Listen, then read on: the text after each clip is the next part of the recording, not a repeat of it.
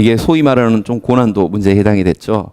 이제 이 문제를 풀기에 앞서서 이제 선생님이 글의 패턴 설명을 좀 하나 해줄 건데, 그러니까 글의 전개 방식이라든지 글의 패턴을 알고 있으면 그래서 좀 편한 거예요. 사실 이 문제를 선생님이 막 도해해가지고 막 다 독해를 해가지고 막 추가 설명을 해주고, 야 그러니까 이게 조건절이란 건 말이야, 이런 것 자체가 여러분들을 기만하는 겁니다.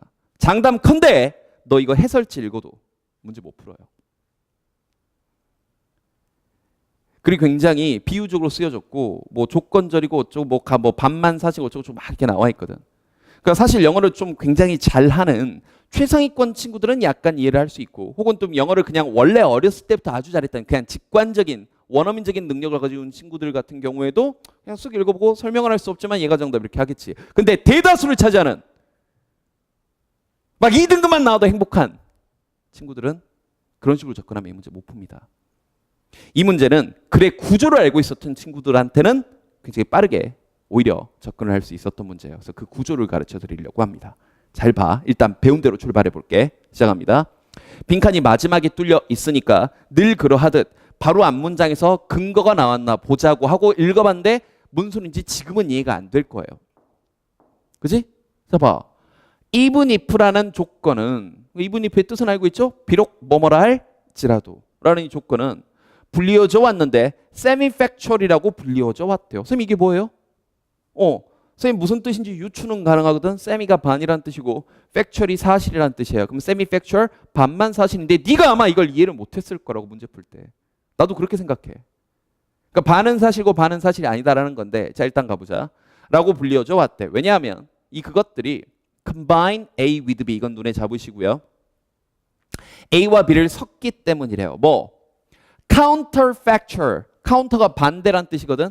그러니까 counterfactual 그러면 반대 사실, 사실이 아닌 거지. 사실이 아닌 그 다음에 antecedent란 단어는 그 앞에 있었던 일이란 뜻이야. 그지? 전례라고도 번역을 하고요. 그 앞에 있었던 그 반대 사실인 그것과 사실인 결과를 섞기 때문입니다. 이게 어떻게 이해가 돼? 이 정도 번역도 안 됐을걸? 그렇잖아. 무슨지 전혀 모르겠고요. 자 계속 가보자.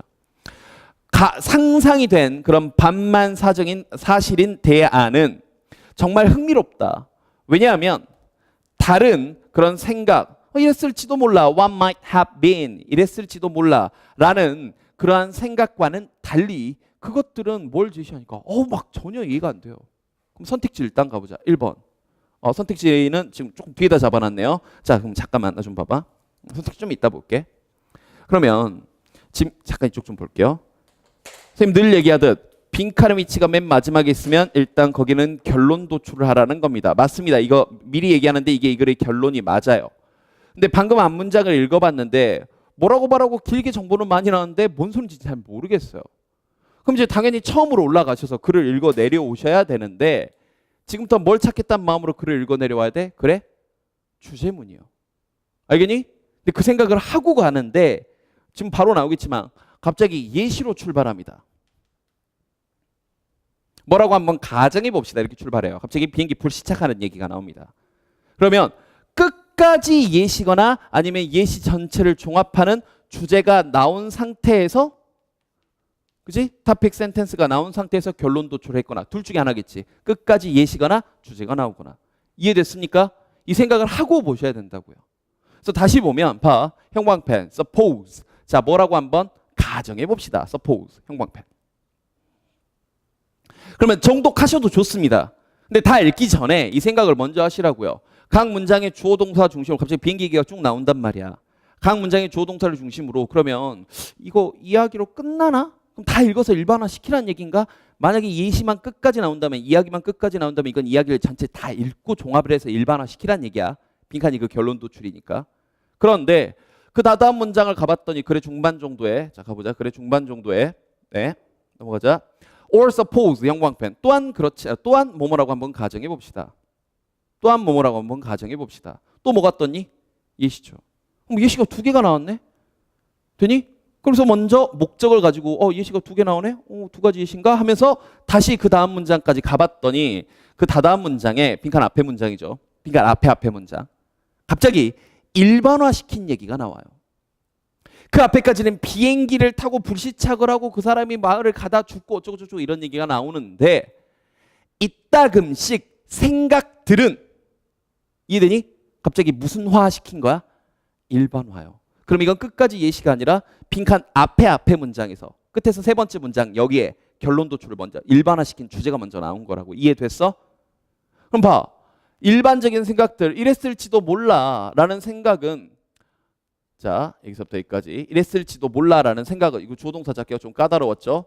change an antecedent event 일어난 antecedent 이전에 있던 사건들을 바꿀 수는 있어. 그러나 형광펜 leave the outcome 결과는 unchanged 바뀌지가 않는 거죠.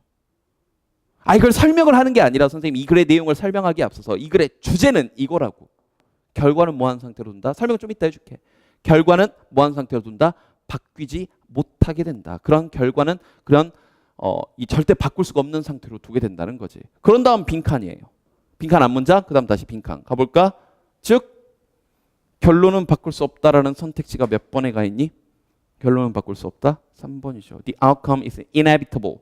또 단어를 몰라? inevitable. 피할 수 없는, 필수 불가결한 이란 뜻이 되는 거지. 됐습니까? 그래서 나 좀 봐보세요. 이제 설명을 좀 해줄게요. 이 글은 무슨 얘기냐면 가정법에는 두 가지 가정법이 있대요. 예를 들면 이제 거기 들어봐. 이런 거야. 설명을 좀 지문 내용이 하도 좀 까다로워들 했으니까 설명을 좀 해드릴게요. 가정법에는 두 가지 가정법이 있는데 자 보세요. 만약 A 한다면 B 할 거다라는 가정법이 있고 A라 할지라도 B 한다라는 가정법이 있어요.